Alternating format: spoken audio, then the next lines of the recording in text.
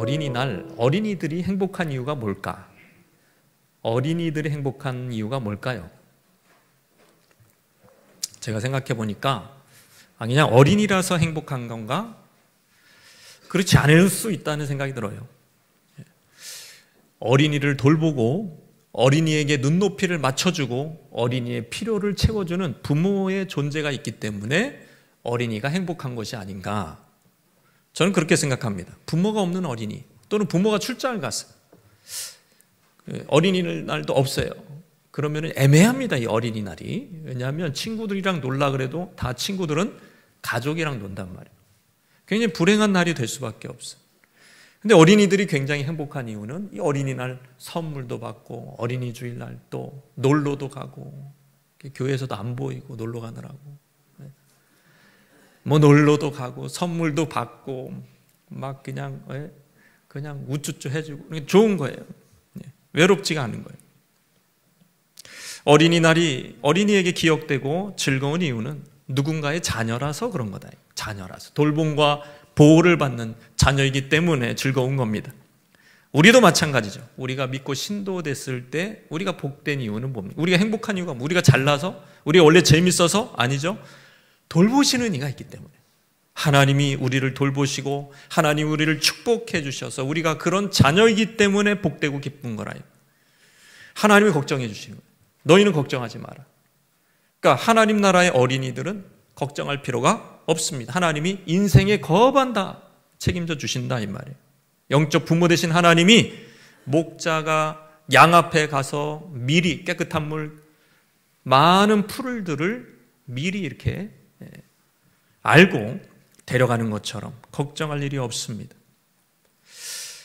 그래서 우리가 하나님 나라의 어린이 또는 자녀라면 걱정할 필요가 없고 굉장히 행복한 건데, 이 부분을 사단이 공격을 해요.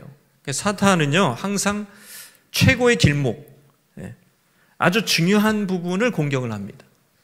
어떤 부분을 공격하냐? 자녀의 개념을 모호하게 만들어요. 누가 하나님의 자녀냐? 이 부분을 헷갈리게 만드는 거예요. 요상하게 믿고 요상한 짓을 해도 그래도 하나님의 자녀야 라고 거짓 메시지를 주는 거예요. 여기서 이제 틀어지기 시작하는 거예요. 여러분, 어떤 사회, 어떤 조직이든 어떤 가정이든 거짓이 들어오면, 교회도 마찬가지예요. 거짓이 들어오면 분란이 일어납니다.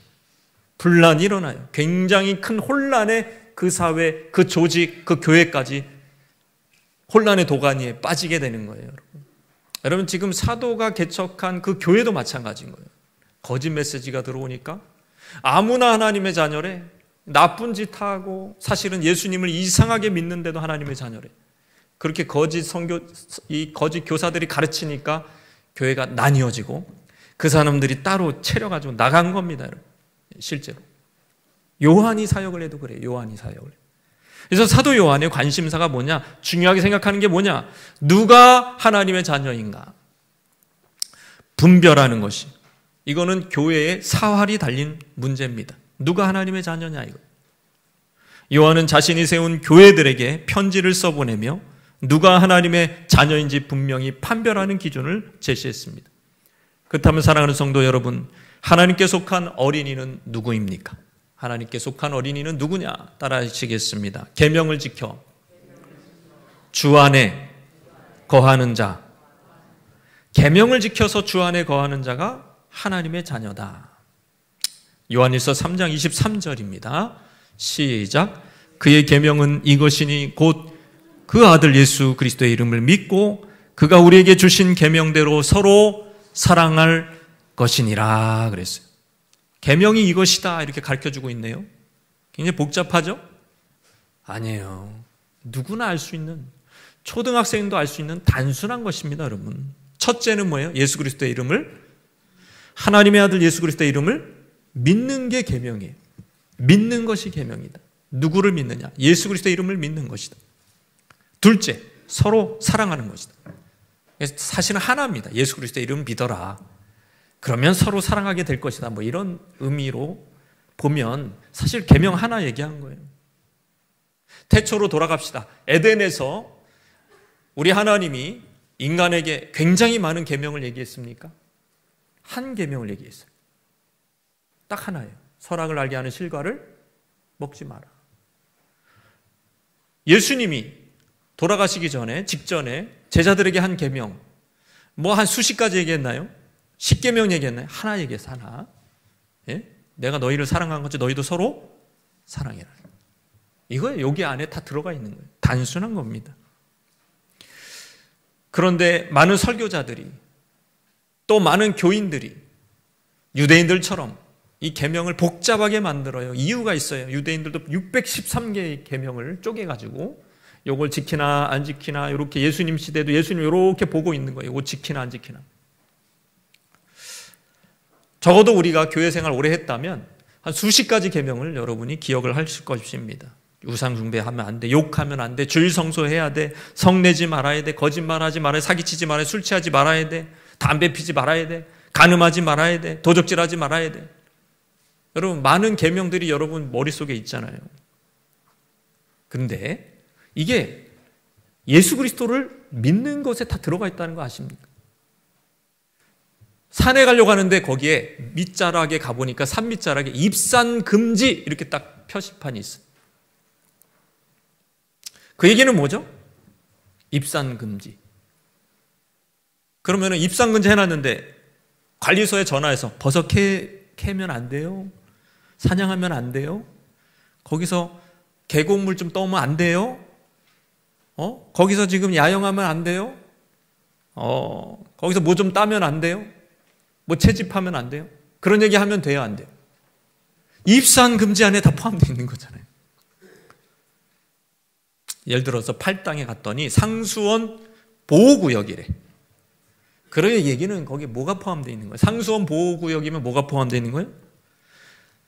거기 네이버에 나오더라고요. 축산, 수영, 목욕, 세탁, 선박운행, 수면을 이용한 레저, 행락, 야영, 취사, 낚시, 투망, 양식, 세차 다 안 된다는 거예요. 그게 뭐에 다 들어가 있어요? 상수원 보호구역에 다 들어가 있는 거예요. 마찬가지죠. 예수님이 그리스도다. 그거 믿냐? 그거에 지금 우리 모든 계명이 다 포함되어 있는 거예요. 서로 사랑해라. 거기에 다 포함되어 있는 거라고. 우리가 피해야 할 모든 죄들이 거기에 다 들어가 있는 거예요. 그게 단순한 거예요. 예수는 그리스도다. 그거 믿냐 이거죠. 근데 그 의미를 우리가 잘 모르거나 오해하고 있으면 이제 헷갈리기 시작합니다. 그래서 전도자가 깨달은 게 이거래요. 뭘 깨달았냐 봤더니 전도서 코헬렛, 이 전도자가 깨달은 게 7장 29절입니다. 뭘 깨달았는지 한번 볼까요? 시작. 내가 깨달은 것은 오직 이것이라. 곧 하나님은 사람을 정직하게 지으셨으나 사람이 많은 꾀들을 낸 것이니라. 하나님이 태초에 인간을 만들 때는 정직하게 만들었어요. 근데 인간은 꾀쟁이가 된 거예요. 꾀를 내기 시작해요. 분명히 입산 금지했는데 들어가고 싶은데, 분명히 보호구역이라고 얘기했는데 낚시하고 싶은데, 그래서 법망을 피해서 꾀를 내는 거예요. 꾀를. 그게 인간의 죄성이에요. 아주 본질적인, 사기꾼이 법망을 피해서 더 적은 형벌로 큰 돈을 벌기 위해 꾀를 내는 것처럼, 꾀를 낸다는 것 자체가 이게 죄가 됩니까? 이렇게 하는 건 죄가 돼요? 이건 죄가 아니지요. 요거는 죄일까요? 요건 죄가 아니지요. 라고 묻는 저의가 뭐냐면, 그 저의가 뭐냐, 그 밑바탕에 뭐가 깔려 있는 거예요? 안 지키고 싶다. 그냥 산에 올라가고 싶다는 거죠. 그러니까 꾀를 내는 겁니다. 꾀를. 계명대로 살고 싶지 않다는 거예요. 그 계명대로 살았을 때 어마어마한 복이 있다는 것을 믿지 않는 것이죠. 하나님의 자녀라도 계명에 순종하기보다는 꾀를 내기 쉽습니다. 머리를 굴리는 거예요. 그냥 하루에 2-3시간씩은 이거 어떻게 법망을 빠져나가지? 이거 어떻게 하나님의 법을 빠져나가지? 이런 생각을 하고 있는 거예요. 이게 이렇게 애매하지 않나, 이런 경우는? 이게 애매하게 이거 이렇게 해도 이거 죄가 되지 않는 거지, 이거? 이러면서 자기 합리화하면서 자기 논리를 가지고 꾀를 내는 거예요. 그러나 하나님의 자녀로서 정말 축복된 삶을 살고 싶다면 악인의 꾀를 쫓지 말라. 할렐루야. 이게 첫 번에 나오잖아요. 시편 1편에. 이게 처음부터 나와. 이게 악인의 꾀. 이게 제일 먼저 나온다고요. 모든 게 꾀에서 시작되는 겁니다. 우리가 예수님이 하나님의 아들이시고 그분이 그리스도라는 것을 믿는 의미가 뭡니까? 왕이요? 그분이 제사장이요? 그분이 선지자신 것을 믿는 거잖아요. 그럼 어떻게 해야 돼요? 지금도 나를 다스리시는 왕. 이제 내일부터 어떻게, 내가 뭘 하고 살아야 되지? 뭐 할까? 이게 아니라 하나님이 원하시는 삶이 뭐냐?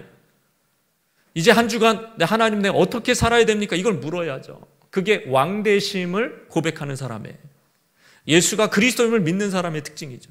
예수님이 선지자인 것을 믿는다면서요? 그러면 하나님의 말씀을 가까이 해야죠. 말씀이 꿀송이처럼 달아야죠.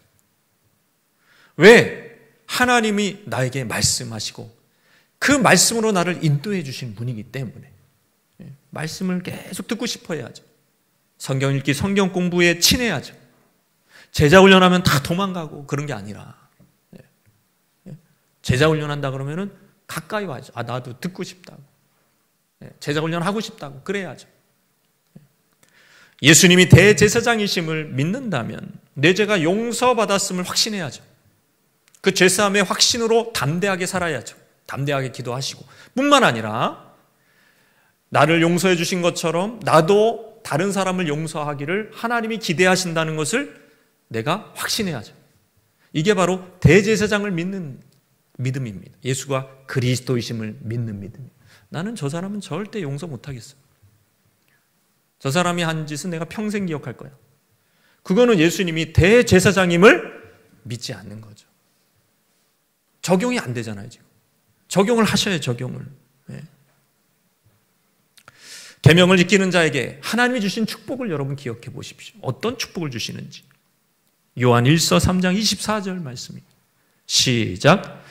그의 계명을 지키는 자는 주 안에 거하고 주는 그 안에 거하시나니 우리에게 주신 성령으로 말미암아 그가 우리 안에 거하시는 줄을 우리가 아느니라 그랬어요.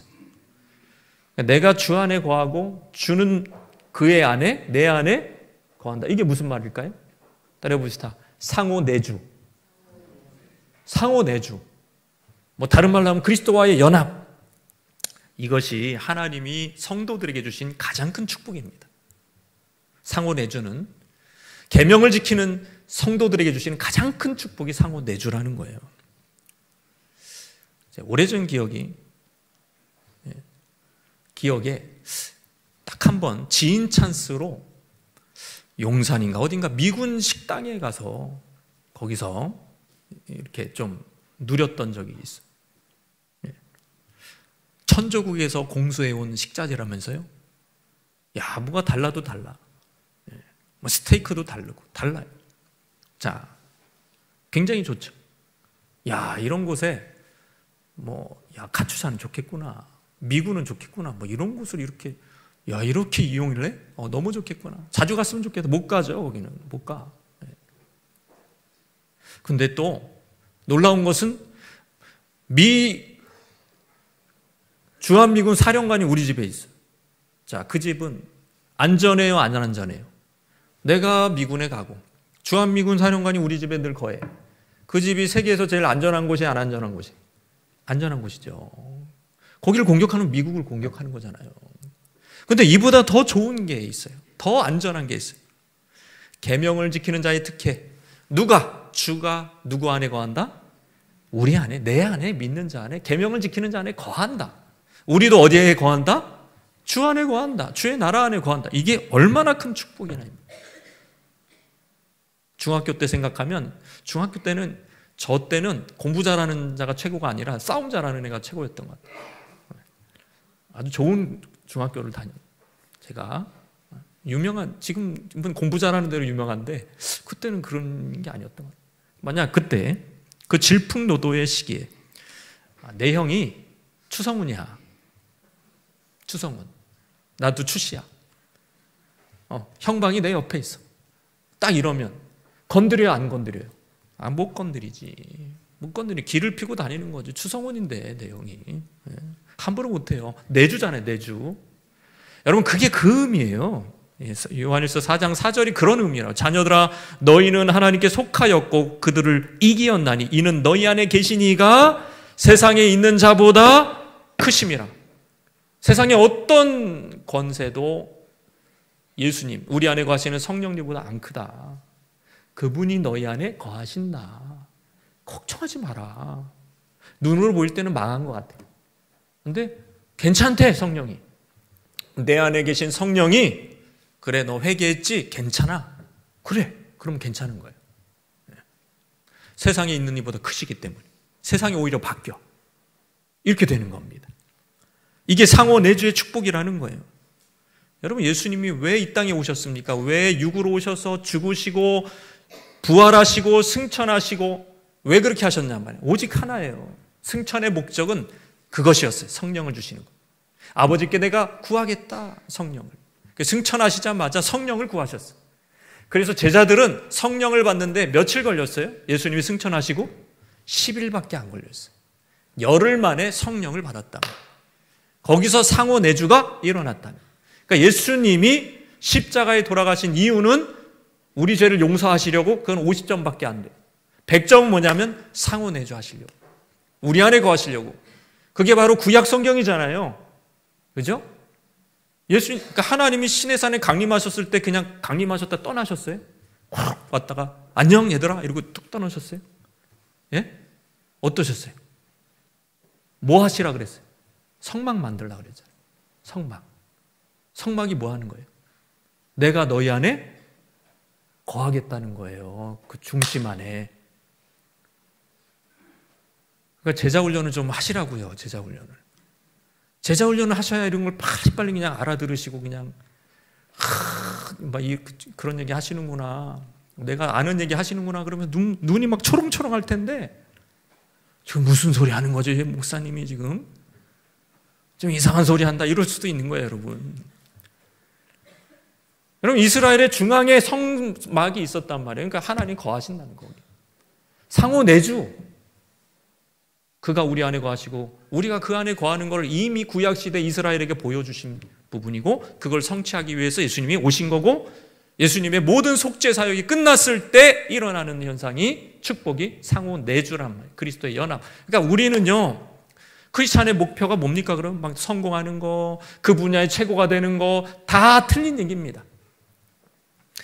크리스찬의 성도의 최고 목표는 상호 내주를 항상 누리는 거예요. 할렐루야. 네. 동산에 올라가서 주와 함께 교제하며 그분의 음성을 듣고 그분이 내 안에 계시고 내가 그분 안에 거하고 그 아름다운 교제를 누리는 거. 그것이 크리스찬의 가장 큰 축복이고 목표입니다, 여러분. 그거를 내비두고 저 성공하고 올게요. 기다려보세요. 저 그냥 열심히 살다가 올게요. 그거 아니라는 거 아니에요. 상호 내주.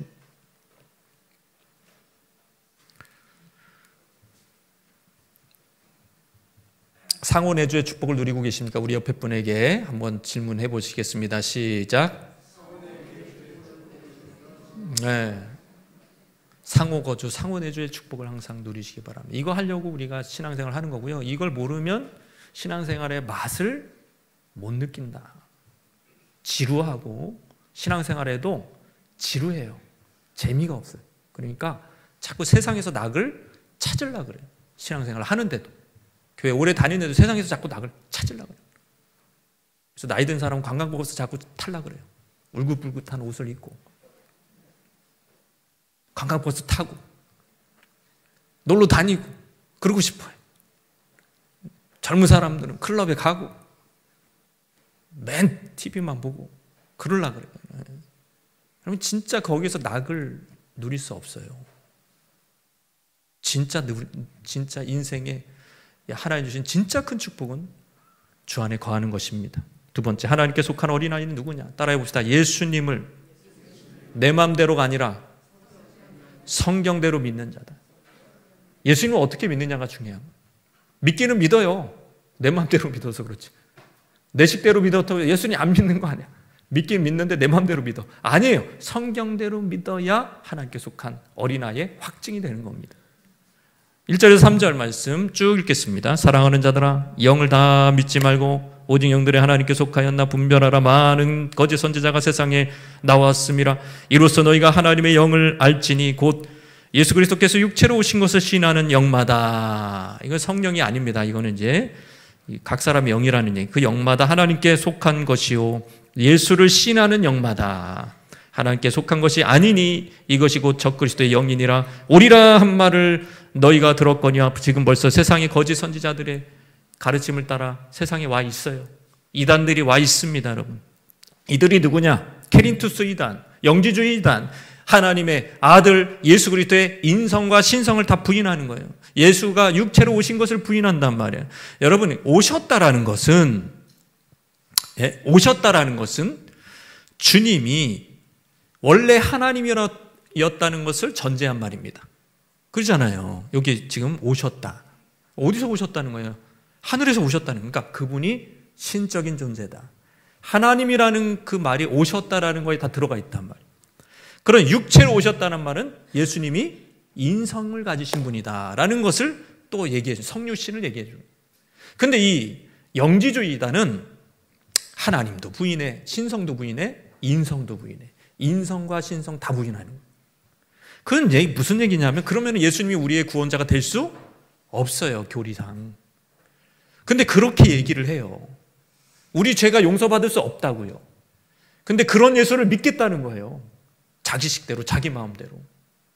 그러니까 안고 없는 찐빵과 같은 거죠. 예? 기름 없는 차와 같은 거예요. 그런 거 하겠다는 거예요, 지금. 아무 능력이 나타나지 않는 거예요. 무늬만 예수 모양이야. 그런 예수를 믿겠다는 거 이단들의 특징이죠. 이와 같이 예수님을 가공하고 가위로 재단하고 편집하는 일, 그것이 거짓 교사들의 전매 특허였는데 문제는 오늘날도 그랬다는 거예요. 오늘날도. 그런 자들이 많습니다. 대표적인 게 신학자들이에요. 예수님이 어떤 분이신가? 사도들이 증거한 대로 믿지 않고 편향되게 자기 생각대로 믿는 거예요. 믿고 싶은 대로 믿는다는 것은 진리의 객관성과 명료성을 잃어버리겠다는 거예요. 진리는 진리인데 자꾸 변형시키는 거죠. 정직하지 못한 인간의 꾀입니다. 지금도 신학이라는 이름으로 성경 교리들을 부인하거나 교묘하게 축소하라는 노력이 성공했습니다. 최고의 신학자, 최고의 학문으로 무장한 자들이 동정녀 탄생을 부인하거나 성경의 권위를 무시하거나 예수님의 성육신, 십자가 죽으심, 부활하심, 승천하심, 재림하심을 선택적으로 왜곡시켜요. 뭐 다 왜곡시키는 건 아니고 하는 부분을 딱 꺾어버려요. 그럼 문제가 생긴다. 그들은 참 믿음의 대상을 주목하기보다는 믿음 자체, 믿을 때 나타나는 현상, 이런 것들을 강조해요. 신앙이란 단지 교리적 명제를 받아들이기만 하면 생기는 것인데 그걸 부인하는 거예요. 이것이 바로 자유주의 신학이라는 이름으로 여러 교단에, 우리가 이름만 알면 다 되는 그런 교단에 퍼져 있습니다. 이제 그런 데서 예배드리면 좀 이상해요, 설교가. 그러니까 성경의 권위도 안 믿어요. 하나님의 말씀이라는 것 자체가 전제가 안 돼 있어요. 그런 거 위에서 설교를 해버리니까 뭔가 여러분이 들을 때 이상한 거예요. 문제는 예수를 자기 마음대로 가공하고 재단하고 편집하는 잘못은 신학자들의 죄만이 아니고 우리도 사도들의 증언대로 사복음서가 증언하고 바울 서신이 증언하는 그리스도를 그대로 믿지 않고 싶은, 내 마음대로 믿고 싶은 유혹에 우리도 빠진다는 거죠. 그 신학자들만의 죄가 아니에요. 인간의 죄성이기 때문에. 예수님마저 나를 위한 위대한 신으로 재단하고 디자인해서 내가 믿고 싶은 대로 예수님을 이렇게 잘라. 예수를 막 꺾어. 그래가지고 예수님을 요상하게 만들어서 믿고 싶은 거예요. 이게 뭐냐? 이게 출애굽 시의 황금 우상, 그거랑 똑같은 거죠. 우리를 위한 신을 만들어라. 그러니까 이름이 하나님이에요. 다른 황금 우상이 아니었다고 그냥 하나님이라고 부르면서 우리를 위한 신입니다. 진화된 우상 숭배. 우리 삶 속에 성령의 열매가 9가지 열매가 맺혀지지 않는다면 그 이유가 바로 여기에 있죠. 그 중심에는 예수를 자기가 믿고 싶은 대로 믿는 거예요. 여러분 한번 읽어볼까요? 믿음이라는 것은, 띄워줘 보세요. 믿음이라는 것은 본래 믿음의 대상에 의존해서 믿는 것입니다. 제가 안 썼나 봐요. 지금 따라 하시겠습니다. 믿음이라는 것은 본래 믿음의 대상에 의존해서 믿는 것이다. 믿음이라는 것은 본래 믿음의 대상에 의존해서 믿는 거지 믿음 자체가 중요한 게 아니에요. 내가 얼마나 믿음이 세냐 이게 중요한 게 아니래. 무슨 얘기냐. 횡단보도 앞에 도착한 지각생 믿고 싶은 게 뭐예요? 내가 막 뛰어서 횡단보도를 딱 그 앞에 섰을 때 파란불로 바뀌는 거를 믿고 싶죠. 빨간불이 아니라 그런 걸 믿고 싶죠. 정말 믿고 싶은 거는 지가 지각을 했어. 지금 20초도 기다릴 여유가 없어요. 그냥 빨리 뛰어서 가야 돼. 그러면은 딱 갈 때 파란불로 싹 바뀐다. 그런 믿음으로 충만해서 믿음이 너무 충만해. 나는 믿음이 너무 좋아. 그래서 막 뛰어가면 어떻게 될까요? 바뀔 줄 믿고 믿습니다 하고 뛰어가면 어떻게 될까요? 3번 중에 1번은 그냥 가는 거죠. 병원행 아니면은 화장장으로 가든지 병원으로 가든지 둘 중에 하나겠죠. 내 믿음이 강하냐 세냐 이게 중요한 게 아니라 믿음 자체가 중요한 게 아닙니다, 여러분. 따라서 믿음의 대상이 중요하다. 믿음의 대상이 중요해. 그거가 중요한 거예요. 내가 뭘 믿고 있느냐. 교통 질서를 주관하는 신호 체계가 믿음의 대상이 되는 거예요. 우리는 교통 신호 체계를 의지해서 믿고 행합니다. 그래서 안전해요. 그래서 축복을 받는 거예요. 그럼 내가 믿고 싶은 대로 믿는다 그러면 그러고 막 운전하고 신호등 걷는다 그러면은 죽어요. 또는 다쳐요, 여러분. 망합니다. 여러분 기차를 기차가 정해진 시간에 딱 도착해. KTX 딱 도착해. 정해진 철로를 딱 지나갑니다. 정해진 역을 딱 지나갑니다. 근데 나는 그런 걸 믿고 싶지 않아. 나는 지금 성질 급한 사람은 플랫폼에서 왜 나 지금 타야 되는데 안 와? 왜 나 지금 타야 되는데 기차 안 와? 투덜투덜대고 안절부절 못하면 저 사람 어리석은 사람이에요. 근데 이런 짓을 세상에서는 안 하는데 우리는 하나님을 믿는다면서 이런 짓을 해요. 무슨 얘기냐? 우리는 세상 질서는 당연하게 여기고 순응하면서도 하나님 나라 질서는 자꾸 바꾸려고 그래요. 세상 질서는 아멘하고 순종해. 교통 질서? 내가 지키죠. 근데 하나님 나라 질서는 안 지켜. 내 마음대로 바뀌어야 된다고 생각해. 하나님 나라 질서. 예수님의 심지어 본질, 속성, 예수님이 하시는 방향까지 바뀌어야 된다고 생각해. 그래서 시험 들어요. 주님 그러시면 안 되죠. 저한테 왜 그러시는 거예요? 따집니다. 그리고 천국에서 예수님은 갑자기 그런 소리를 듣고 천사한테 쟤 왜 저러냐? 내가 잘못한 게 없는데 쟤 왜 저러냐? 왜 원망하고 나를 원망하고 교회 안 나간다고 하냐? 한 신령한 외국인 선교사님이 강의 중에 이런 말씀을 하셨어요. 제가 그 자리에 앉아 있었는데 아주 신실한 청년 자매가 상담하러 왔어요. 이 선교사님이랑 굉장히 영적인 분의 상담을 하다가 눈물이 뚝뚝 떨어져 자매지. 자기가 사실 미혼모라는 거예요.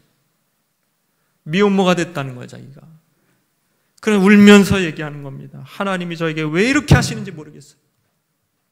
너무 원망스럽다고. 자기를 이렇게 만드신 하나님이. 선교사님이 바로 얘기했대요. 정색을 하면서.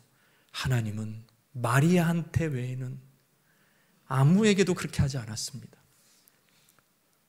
가로 열고 자매가 그렇게 한 거지. 하나님이 하신 게 아니라. 못 알아들으시는구나. 마리아 말고는 어떤 자매에게도 그렇게 하지 않았다. 하나님. 그 자매의 어법이 우리가 신앙생활 하는데 그 어법을 씁니다. 실제로. 되게 많이 써요. 툭 하면 하나님이 왜 이렇게 하셨냐. 왜 내 삶에 하나님이 이런 식으로 개입했냐. 안 했다니까요. 하나님이. 안 했다니까요. 내가 엉뚱한 데를 여기라고 하고 여기에 기차가 와야 된다고 내가 주장한 거라니까요. 구포역에 자기가 가야지. 구포역 가고 싶으면 찾아가야지.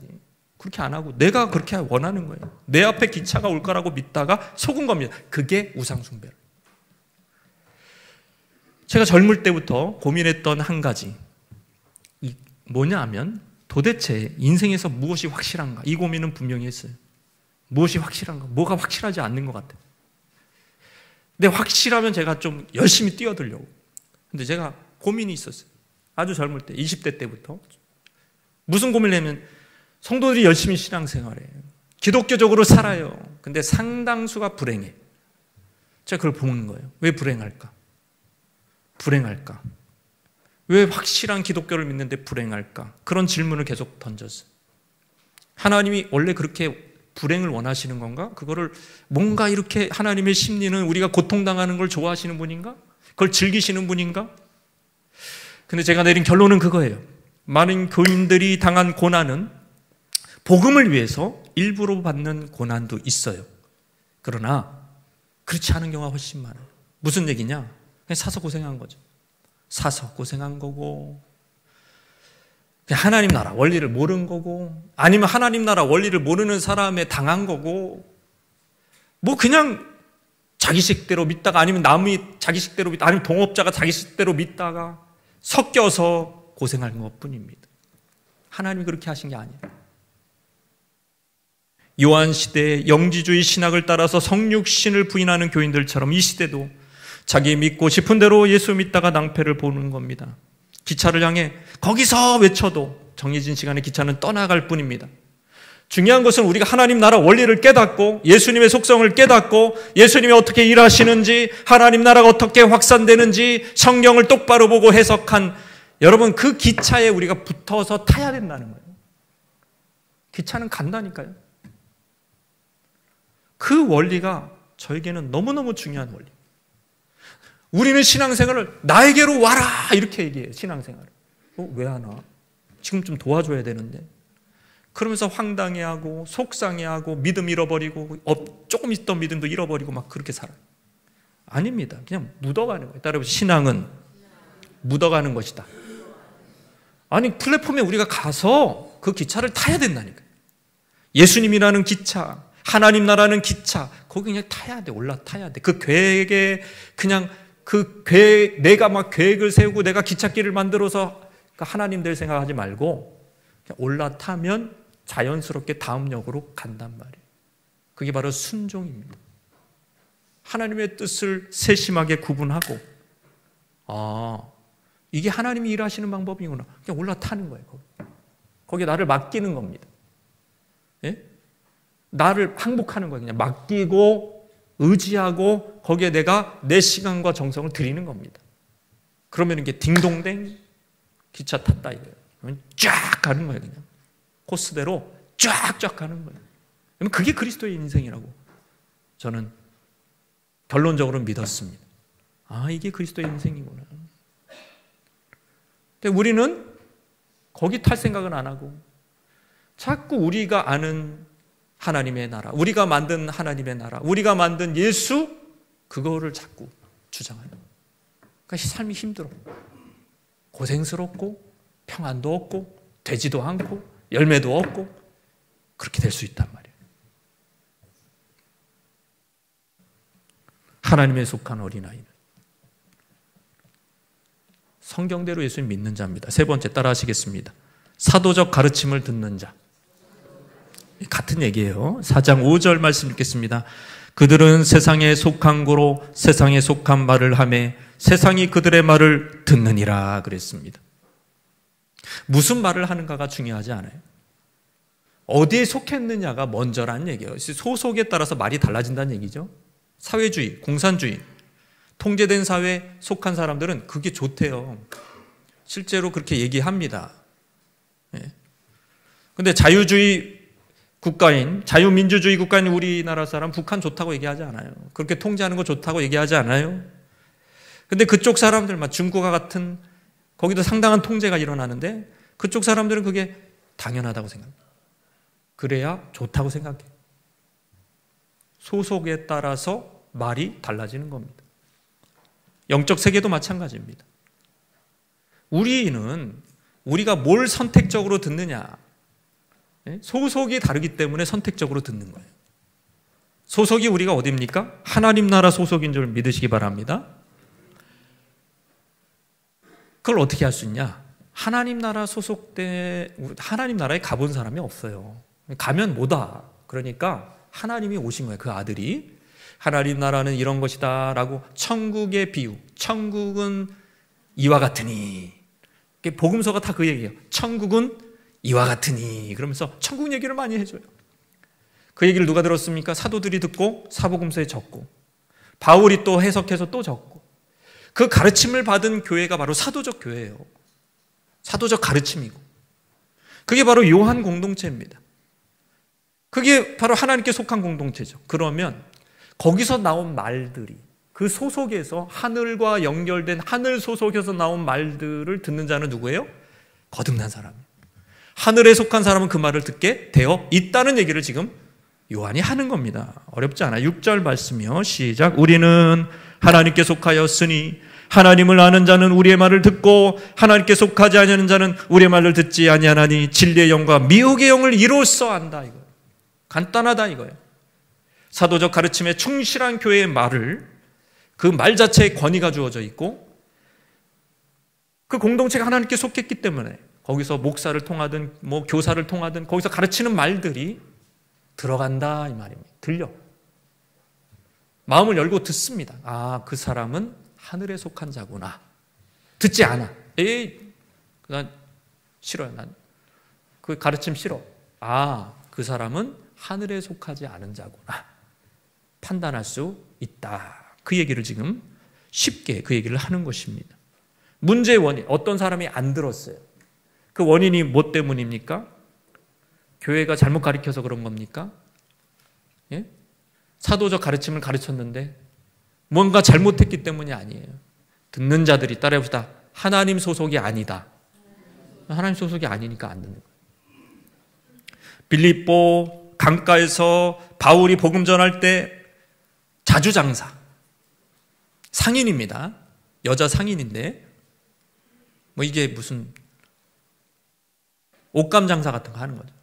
그분이 마음을 열고 바울의 메시지를 유일하게 거기서 들었어요.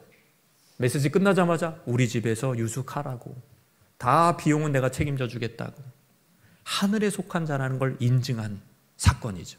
아테네에서 바울이 복음을 전할 때 에이 무슨 죽은 자의 부활이 어디 있어 이러면서 조롱할 때 귀부인들 몇몇이 바울을 쫓았습니다. 여러분, 그 사람들이 자기가 하나님께 속하였음을 인증했다. 이건 요한복음 3장 33절 말씀처럼 그의 증언을 받는 자는 하나님이 참되시나는 것을 인쳤다. 도장을 찍었다. 고대 문서에, 계약서에, 유서에 또는 법령에 인을 쳤다. 확증해버림. 그렇게 증언을 받는 것 자체가, 사도적 교리를 받는 것 자체가 내가 하나님께 속한 자라는 것을 확증한 사건이라 이 말입니다. 구원받기로 예비된 자들은 사도적 가르침을 좋아하게 돼 있어요. 그것을 따르게 돼 있어요. 묵상하게 돼 있어요. 나이가 어려도 청년이라도 상관없습니다. 교회의, 그래서 사명은 뭡니까? 교회의 교자가 뭡니까 여러분? 교회의 교자 한자가 뭡니까? 교제할 교회예요? 네? 가르칠 교회예요. 그러니까 바른 가르침, 사도적 가르침이 주일학교에서부터 교리적이며 성경적이며 진리에 근거한 말씀이 계속해서 전파되면 하늘에 속한 자들은 어떻게 하는 거예요? 듣는 거예요. 듣고 믿음은 스스로 자라는 거죠. 말씀의 씨가 뿌려졌기 때문에. 그것이 바로 반석 위에 세워진 교회입니다. 그래서 따라서 설교자들은 사람들의 마음을 얻으려고 설교의 수준을 천박하게 할 필요가 없어요. 가르치는 거예요. 그 용어에 익숙해지고 진리의 용어에 익숙해져서, 그게 익숙해지면 듣습니다. 여러분, 공부하는 학생도요, 그러니까 나는 수준을 막 이렇게 맨날 쉬운 얘기만 하면 공부하는 학생 비율을 들어요. 수학이 쉬웠습니까? 처음부터? 학생들한테 물어보면 이게 무슨 얘기인지, 이게 언어잖아요. 수학 그 기호 자체가 언어잖아요. 수학 그 기호로 의사소통하는 거 아니에요, 한마디로. 어렵잖아요. 영어가 쉽냐고요. 계속 봐요. 이게 인생이 걸렸기 때문에 계속 보다 보니까 영어가 막 술술 익혀지고, 그 다음에 수학이 막 풀리고 막 그러는 거예요. 어려운데도 합니다. 마찬가지로 우리는 이 영생이 달린 문제예요. 영생이 달린 교회는 계속해서 말씀을 전해요. 그 용어에 익숙해지고, 그 용어가 내 머릿속에 계속 생각이 나고, 거기에 믿음이 쭉 세워지고, 듣는 자들은 듣는단 말이죠. 하늘에 속한 자는 듣는다는 거예요. 그것이 반석 위에 세워진 교회고, 그런 성도들이 상호 내주의 축복 속에서 하나님 나라를 이 땅에 세울 줄로 믿습니다.